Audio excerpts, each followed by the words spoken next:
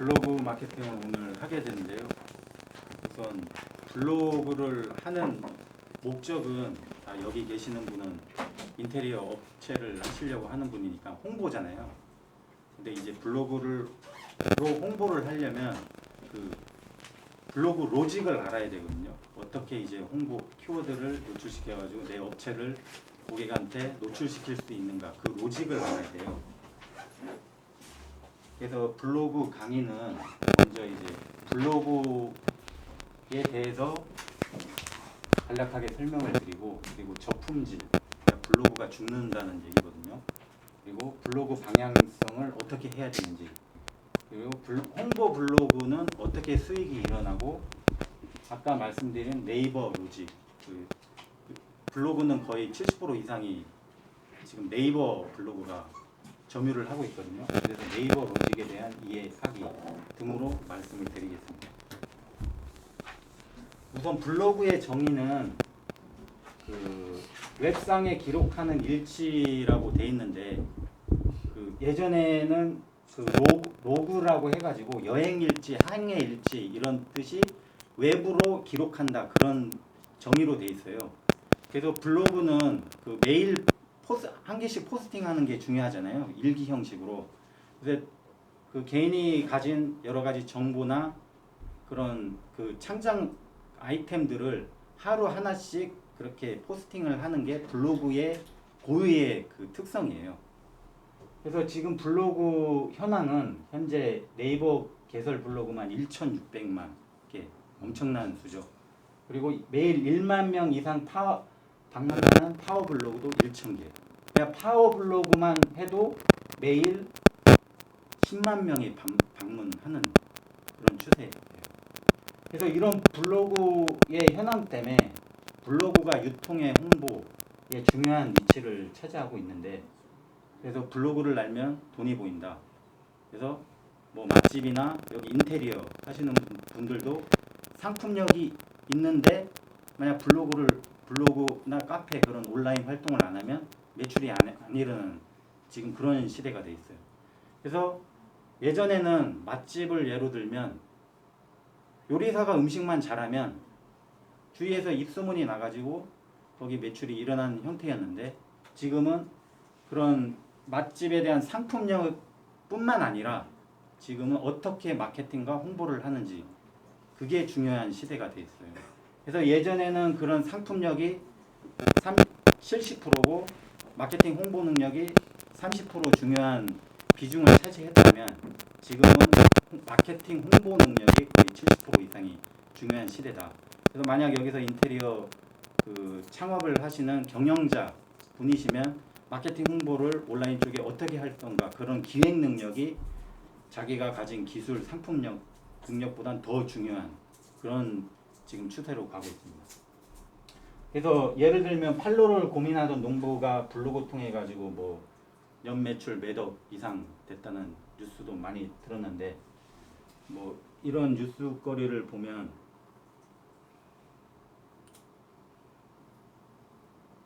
이게 좀 인터넷이 느리더라고요.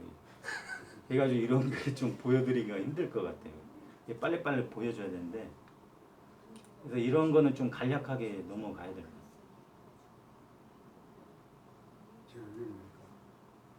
이게 오늘 여기 무슨 뭐 공유기가 없어졌다고 하는 거 그런 이유인 것 같은데. 좀 제 거에 접속하시면 제가 그렇게 하면 빠르려나? 근데 여기에 연결이 되나요? 연결돼요. 거기서 조종해야 하잖아요. 아니 여기에서 거기서. 핫스팟을 오픈하면 거기서 접속이 돼요. 그럼 여기 또 제 건드려야 돼요. 비밀번호 가르쳐드리면 되죠. 제 데이터를 사용해서 쓰는 거니까. 그래서 뭐 이렇게 뭐 게으른 농부라 해가지고 젊은 분인데 뭐 블로그 통해 가지고 10만 명 넘어서 뭐 억대 매출이 발생했다, 뭐 이런 게 이제 뭐 일상 이런 얘기를, 아까 블로그의 특성 그런 그 여행 일지 그런 듯이 뭐 다이어리 기록하듯이 뭐 육아도 쓰고 국내 여행 뭐 해외여행 이런 얘기 쓰면서 이제 블로그를 키워놓고 거기에 대해서 자기가 그 제작한 그 농산물 상품을 올려가지고 사람들한테 노출시켜서 이렇게 대박을 일으키는 그런 사례거든요. 카페 수준으로 만들었는데. 예. 그래서 뭐 이런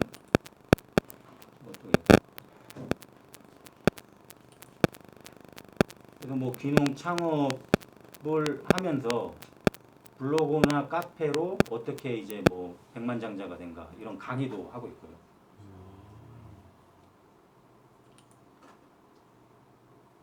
근데 이제 이런 블로그가 많이 탄생을 하면서 블로그가 이제 원래 블로그의 고유 특성은 그런 다이어리 같은 거거든요. 매일 자기의 그 창의성을 계속 얘기하고 사람들하고 그런 내가 가진 그런 창의성을 교류를 하는 게 블로그의 고유의 특성인데 지금은 이제 그 블로그가 너무 홍보성이 짙어져 버린 거예요. 그래서 이런 블로그가 돈이 된다는 걸 알기 때문에 이제 글을 하는 블로거들은 원래 블로그의 고유의 특성 그거를 살리지 않고 홍보로 나가버리니까 이제 저품질이라는 게 나온 거거든요. 저품질은 네이버가 그 블로그를 홍보를 못하도록 블로그 지수를 아예 죽여버리는 거예요. 한마디로 그 홍보를 못하는 블로그로 만들어버리는 게 저품질이에요. 그래서 저품질은 왜 걸리는가에 대해서 이제 그 설명을 드리자면 우선 저품질의 개념은 아까 말씀드린 것처럼 블로그 영역에서 노출이 아예 안 되다던가 그 사람들이 뭐 키워드를 칠 거 아니에요. 검색을 잘 하시잖아요. 뭐 어디 강남역에 뭐 모임이 있으면 뭐 술집 검색하고 근데 그 누군가 키워드를 검색했을 때 그에 대한 그 3페이지 이내에 그게 노출이 안 된다는 거예요. 그래서 통상적인 키워드가 3페이지 이내에 노출이 안 되거나 아예 노출이 안 된다면 이 블로그는 저품질 걸린 블로그라고 칭하는 거예요. 그래서 지속적인 이런 블로그를 걸리는 이유는 크게 이제 4가지 이유로 찾아볼 수 있는데 지속적인 홍보성 포스팅을 하는 거예요. 아까 말씀드린 그 다이어리 같은 블로그 고유의 특성인 정보 일상이 아닌 홍보 목적으로 하는 운영을 하는 포스팅을 한다던가 그리고 이런 홍보를 하기 위해서 상호명이 노출이 된다던가 지속적인 업체 반복, 중복 지도, 중복 연락처, 계좌번호 이게 다 홍보를 하기 위한 작업이잖아요. 네이버가 이런 걸 다 알아요. 그래서 이런 네이버는 로봇이 이런 걸 걸러내는가 그 팀이 있거든요. 그래서 이런 거를 계속 하는 블로거들은 블로그 지수가 높더라도 이 저품질에 걸릴 확률이 상당히 높은 거예요. 그래서 대량 스크랩 이것도 주의하는데 보통 스크랩을 사람들이 많이 하잖아요. 뭐 어디 블로그를 갔다가 이제 무슨 뭐 자기한테 유익한 정보가 있으면 스크랩을 하는데 이 대량으로 스크랩을 하면 안 돼요. 그래서 블로그의 아까 고유의 특성 중 하나가 개인의 창작성이라고 얘기했잖아요. 스크랩은 창작성이 아니잖아요. 자기가 그냥 끌어온 거지. 그래서 네이버 입장에서는 이렇게 스크랩이 남별되면 그 블로거들이 활동하는 그런 창작성이 활성화되지 않는다는 거예요. 그래서 대량 스크랩은 주의를 하고 보세요. 예.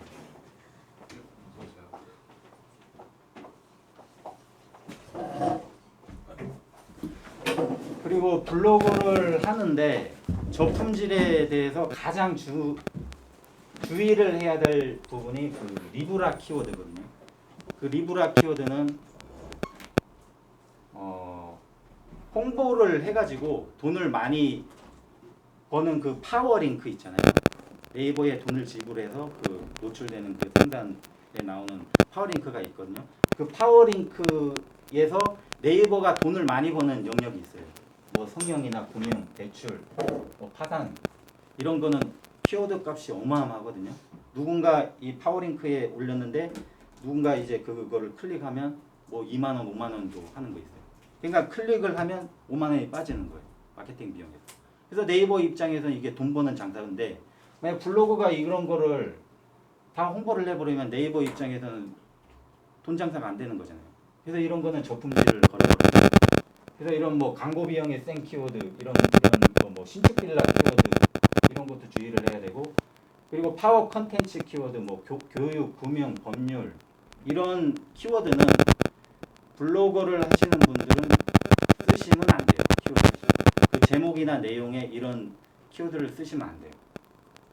그래서 마케팅 대행사에서 홍보하는 키워드도 주의를 해야 되는데 뭐 대행사에서 요즘 하는 거는 뭐 맛집, 펜션, 상품 리뷰 뭐 이런 것들 그리고 그 사업 런칭 후 블로그 영역 도배 로봇이 아닌 사람이 저품질 그 전략 저품질을 걸린다고 하는데 이런 대행사에서 하는 거는 그 네이버에서 팀이 있거든요. 이런 거를 찾아내 가지고 어떤 블로거가 이런 대행사에서 하는 키워드로 계속 홍보를 하고 있으면 그것도 저품질을 걸러버려요. 그래서 간단히 말씀드리면 이 리브라 키워드는 네이버 로봇이 그냥 찾아가지고 이런 키워드가 있으면 저품질을 걸러버리는 거고 이런 마케팅 대행사에서 하는 키워드는 이런 네이버 팀이 있어가지고 그 팀원들이 이런 걸 찾아내가지고 저품질 걸리는 추세라고 하고 있어요. 그래서 경쟁 업체에서 죽이는 것도 이제 하고 있는데 예를 들어 가지고 내가 무슨 뭐 그 여기 안 오셨는데 양평 펜션에 관한 그 글을 포스팅했어요. 근데 양평 펜션에 경쟁 업체가 있을 거잖아요. 그 경쟁 업체에서 내가 포스팅한 거를 그대로 복사를 해가지고 카페 뭐 다른 뭐 SNS 거기를 도배를 해버리는 거예요. 그러면 저도 유사 업체 유사 문서로 네이버에서 인식을 하고 그 사람도 유사 문서로 인식을 해가지고 둘이 죽여버리는 거예요. 그러니까 이런 경쟁 업체 죽이는 거는 뭐 서로 자살하자는 거예요. 그래서 이런 식으로도 죽일 수 있다. 근데 이제 네이버에서는 이런 거를 이제 못하도록 그렇게 규제를 하고 있어요. 그럴 때 제재가 있어요? 그 올린 경제업체. 그 네이버에서 그냥 블로그만 없애는 거예요? 블로그 아이디 그저기만. 그 네이버에서 그래서 이런 거를 많이 예전에 일어나고 있으니까 그 유사 문서를 하는 블로거들은 어느 컴퓨터에서 누가 했는지 다 추적을 해가지고 그 사람은 아예 그 IP 그걸 못 쓰도록 이제 막고 있어요. 그래서 블로거를 하시는 데는 이제 블로거를 어떻게 해야 될까 그 방향 설정이 중요해요. 그래서 크게 뭐 블로그에는 가치형 블로그, 뭐 홍보형 블로그, 뭐 취미형 블로그 뭐 여러 가지가 있는데 크게 이제 뭐 가치형 블로그, 홍보형 블로그라고 나뉠 수가 있어요. 그래서 아까 그 블로그의 고유의 특성, 정보, 개인의 창작물을 서로 공유하고 매일 포스팅하는 거는 가치형 블로그의 성격과 유사한 거고 아까 네이버에서 저품질 걸리는 네이버에서 좀 안 좋아하는 그런 블로그의 특징들은 홍보성 블로그, 홍보형 블로그라고 볼 수 있어요. 근데 여기 계시는 분들은 다 업체 홍보가 목적이잖아요. 그래서 일로 가실 거잖아요. 근데 처음부터 일로 가시면 안 돼요. 블로그 지수가 안 올라가요. 그래서 처음부터는 가치형 블로그로 시작해서 블로그를 어느 정도 지수를 올려놓고 그게 사람들이 키워드를 검색했을 때 내 포스팅이 상단에 그 네이버 메인 상단에 올라오도록 어느 정도 작업을 해놓고 그 시점에서 홍보 블로그로 가야 돼요. 근데 홍보 블로그로 가더라도 아까 그 저품질 걸릴 수 있는 여러 가지 요인들은 하시면 안 되는 거예요. 그래서 이 부분에 대해서 지금 블로그 강의에서 가장 중요한 핵심인데 이 홍보 가치형 블로그로 시작해서 블로그 지수를 올리는 그런 방법을 얘기할 거고 그리고 홍보형 블로그로 어떻게 운영을 할 건가 그런 방안을 이제 나중에 설명을 드리겠습니다. 그래서 그 뭐 가치형 블로그를 하시는 분들은 뭐 여러 가지 여기 사례가 있는데 뭐 요리 블로그가 있거든요. 이분 사례로 보시면 근데 그 저품질 블로그에 걸린다는 게 네이버 입장에서 이걸 찾아내 버린다는 건가요? 예, 죽는다는 거예요.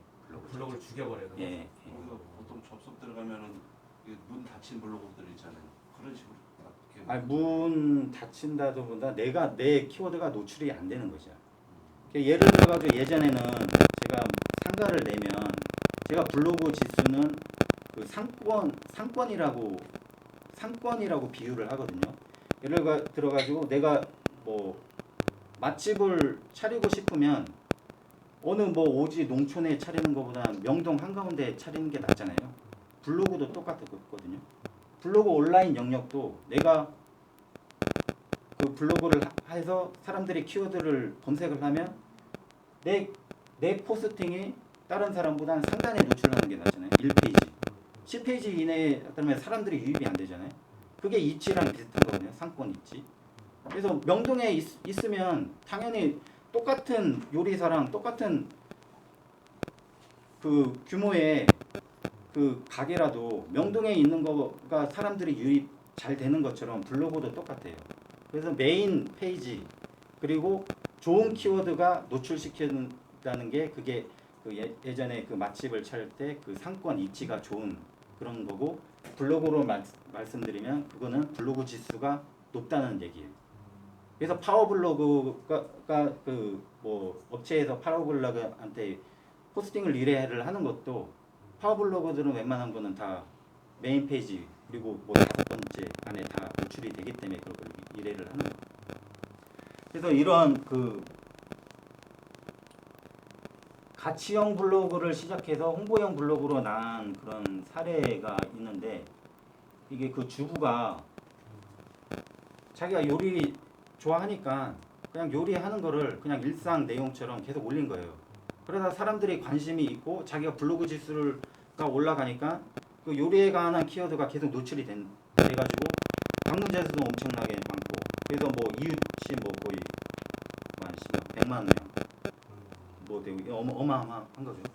그래서 이렇게 돼가지고 방문자 수가 많으니까 이제 더 이분은 홍보를 할 수 있는 좋은 입지에 오른 거잖아요. 그래서 여기에 이제 올렸던 포스팅을 자료화해서 책도 이렇게 낸 거예요. 책까지. 예, 뭐 인쇄감 냈고 뭐 방송 출연하고 그래서 네이버 파워 블로그 뭐 2009년, 2010년 이렇게 달성되고 이 블로그의 가치는 어마어마하거든요. 그 1만 명 이상 방문자가 1만 명 이상 그 되는 블로그는 그 포스팅 한 개 포스팅 의뢰값이 거의 15만 원이에요. 그래서 뭐 15만 원에가 20개 포스팅만 해도 뭐 월 300만 원 버는 거잖아요. 뭐 웬만한 대기업 뭐 연봉 받는 거잖아요. 그만큼 이제 경쟁력이 있다는 거예요. 그래서 가치형 블로그로 시작해서 홍보형 블로그를 가기 위해서는 이제 보다 사람들에게 신뢰와 정보를 줄 수 있는 자신만의 특별한 색깔을 가지고 그 포스팅을 하는 게 중요하다 이렇게 말씀드리고 싶고 그리고 그 지금 시대적인 현황도 이제 앞으로 블로그뿐만 아니라 모든 홍보 수단도 지식 정보 콘텐츠 중심으로 갈 거기 때문에 내가 블로그를 운영하는 입장이었으면 이런 지식 정보 콘텐츠를 어떻게 좋은 내용으로 포스팅을 할까 그런 거를 많이 기획적으로 생각을 하셔야 될 것 같아요. 그래서 홍보 블로그에 대해서 수익 구조를 말씀드리자면 지금 웬만한 그 최적화된 블로그 그러니까 통상적인 키워드로 포스팅을 했을 때 그 3페이지 이내에 드는 그 최적화된 블로거한테 포스팅을 의뢰를 하면 포스팅당 뭐 3만 원에서 5만 원 이렇게 그 가격이 매겨져 있고요. 그리고 리뷰형 파워블로그 원고료 수익은 아까 말씀드린 것처럼 포스팅당 원고료 10에서 15만 원. 그래서 이거를 예를 들면 이게 그 내가 아는 파워블로그인데 그래서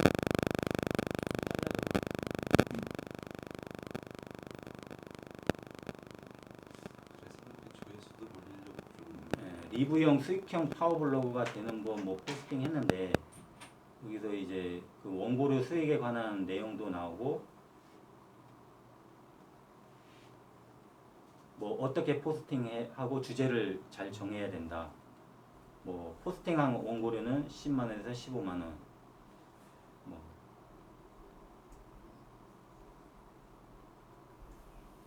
이거고 그리고 이런 회사에서도 이렇게 의뢰를 많이 하거든요. 뭐 위드 미 바이럴 마케팅 부사 담당자입니다. 뭐 어떻게 마케팅 진행하고 싶은데 이렇게 포스팅 해달라.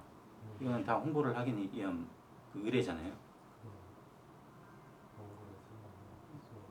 그래서 월 수익 300만 원 이상도 간단하다.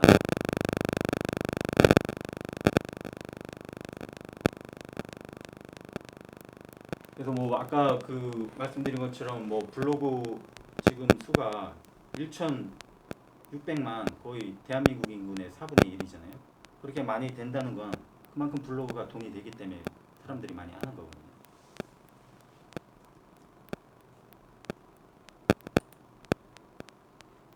그래서 뭐 블로그 게시판 대행으로도 이렇게 진행을 하는데 저도 이제 블로그 하다 보면 쪽지가 많이 오거든요. 게시판 대행으로 뭐 월 150만 원 주겠다, 50만 원 주겠다. 근데 저는 파워블로그 아니거든요. 근데 뭐 하루 뭐 1,000명은 들어오긴 하는데 그만큼 이 사람들 입장에서는 그게 홍보 가치가 있기 때문에 저한테 의뢰를 하는 거거든요. 예를 들어서 내가 업체를 했는데 그 홍보를 해야 되잖아요. 근데 예전에는 전단지를 돌렸잖아요. 근데 전단지 그 아줌마가 한 4-5시간 돌리면 그 하루 그 4-5시간에 1,000장을 돌릴 수 있다고 해요. 근데 1,000장을 돌리는 전단지 돌리는 것도 불특정 다수한테 돌리는 거잖아요. 근데 블로그도 방문자 수가 들어온다는 건 불특정 다수거든요. 근데 하루 그렇게 1,000장 돌려가지고 5만 원 아줌마한테 주는 것보단 그냥 블로그 하루 1,000명 들어오는 블로거한테 5만 원 줘가지고 포스팅 의뢰하는 게 더 나은 거죠. 왜냐면 전단지는 돌리면 끝이잖아요. 하루 전단지 휴지통에 넣어버리면 끝나고. 근데 블로거를 통해서 홍보를 의뢰해서 내 사업체가 노출이 되면 그게 하루만 노출되는 게 아니라 계속 노출이 되는 거잖아요. 그래서 블로그가 전단지보다는 더 효과적이기 때문에 블로거 업체 하시는 분들은 블로거들한테 홍보를 의뢰하는 거고, 그래서 이런 홍보를 목적으로 블로거를 하시는 분들이 많이 생기는 거고 그런 추세예요. 그래서 블로그 매매 시장가는 150만 원으로 형성되어 있는데 지금 이거는 거의 2년 전 얘기고요. 지금 거의 블로그 매매조차 안 되고 있어요.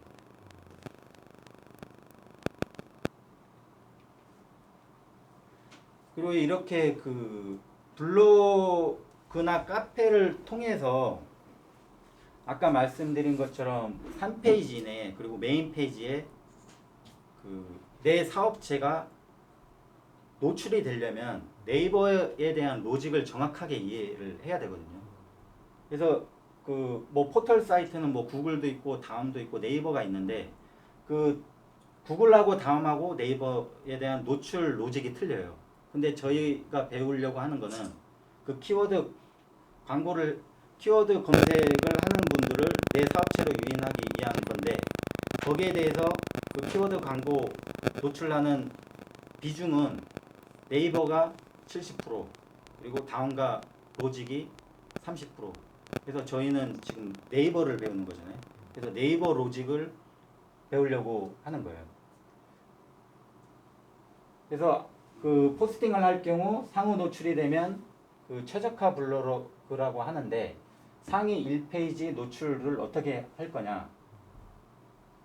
그래서 이 최적화를 해야 돼요.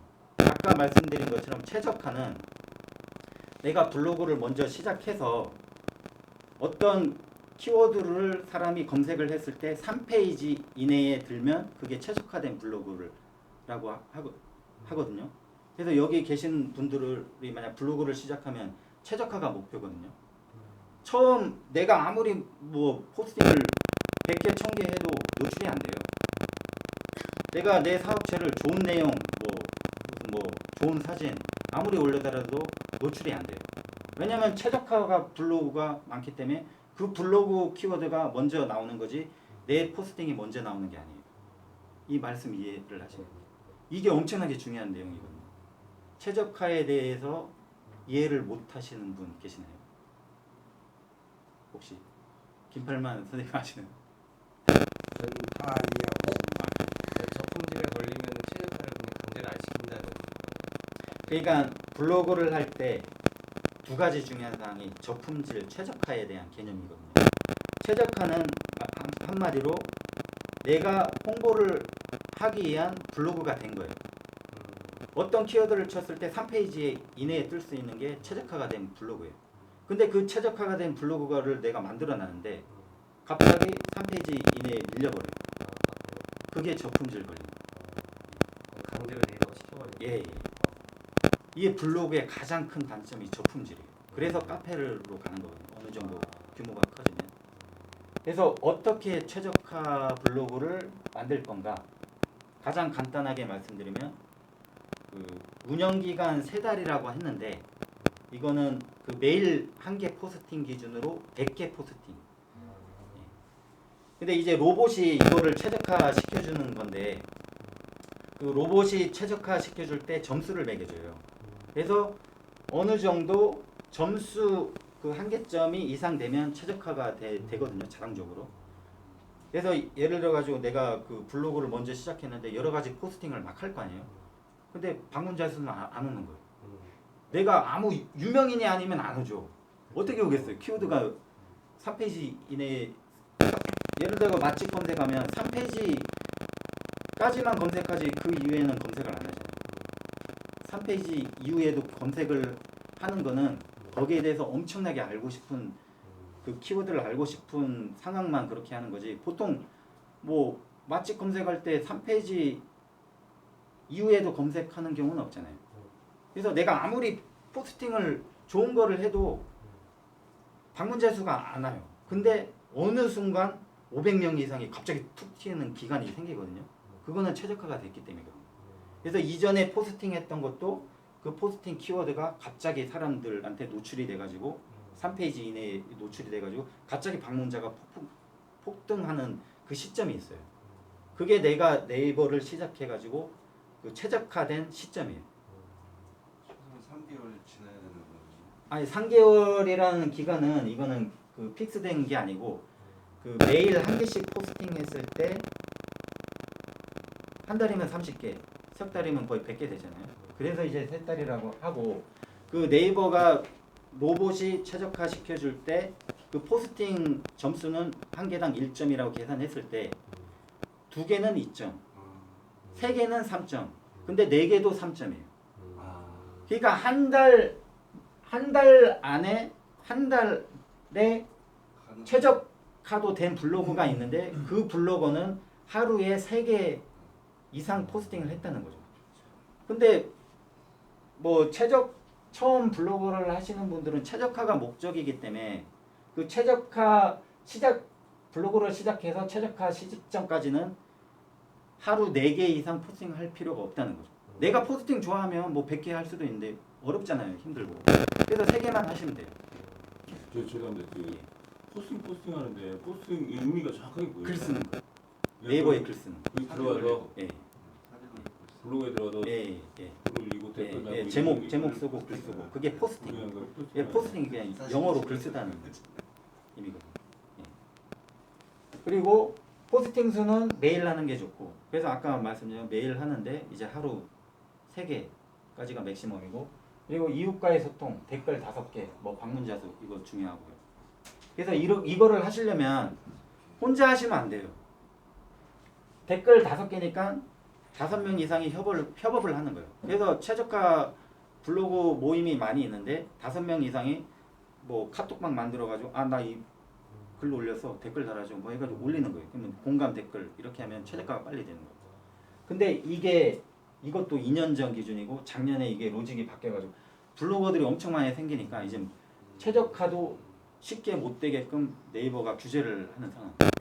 그래서 이거는 지금 이것도 2년 전 얘기지 지금 더 어려운 상황이라고 보시면 될 거예요. 그 로직 기준이 나와 있나요? 이 얘기는 그 네이버 파트너 스퀘어 그 네이버 강의 하는 데가 있거든요. 거기서도 이거를 강사가 얘기하는 기준이에요. 근데 이런 정확한 저품질이라는 이미 최적화된라는 이미 이건 네이버가 만든 게 아니라 블로그를 하는 사람들이 만든 거예요. 서로 이 내용을 교류를 하기 위해서. 그래서 저품질이라는 개념은 치면 인터넷에 딱 나오거든요. 저품질 예방법 뭐 엄청난 내용이 나와요. 그거는 네이버가 만든 단어는 아니에요. 근데 대부분의 사람들이 통상적으로 공유되고 있기 때문에 현실화된 개념이라고 보시면 돼요. 이 내용도 대부분의 블로거를 하시는 분들은 다 아는 내용이에요. 이게 어떻게 되는 거.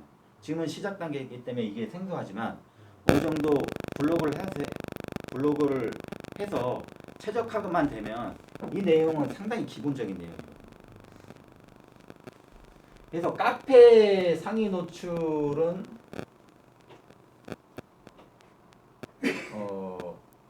이거는 좀 개념이 틀린데 블로거는 내 혼자 하는 거잖아요. 블로그를 최적화 시키려고 블로그 지수를 올리는 건 내 혼자 하는 건데 카페는 여러 명이 할 수 있잖아요. 회원 가입해서 회원이 글 쓰는 수도 있고 그래서 내가 좋은 카페 만들면 회원이 알아서 와가지고 글 쓰고 나는 그냥 앉아가지고 내 카페가 그냥 자동적으로 최적화가 되는 거예요. 그래서 이거는 여러 명이 할 수도 있고 그리고 카페 운영은 혼자 하면 상당히 힘들어요. 맞아요. 1000명 이상의 회원 수를 혼자를 못해요. 그 댓글 달아줘야 되고 뭐 그런 홍보성 글 포스팅하는 거 다 지워야 되고 근데 이제 혼자 하다가 그거 관리 안 하면 이제 카페 무너지겠죠.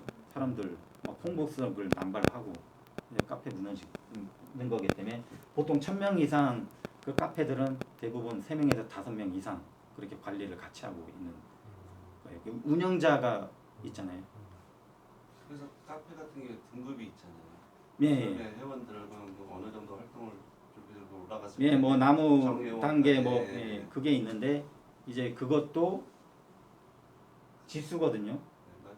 동일한 카페에서 동일한 내용이어도 카페 여기 네이버에 먼저 키워드를 쳤을 때 올라가는 거는 카페 지수가 높은 그 카페가 올라가게 됩니다. 뭐 예를 들어 중고나라 카페 지수 엄청나잖아요.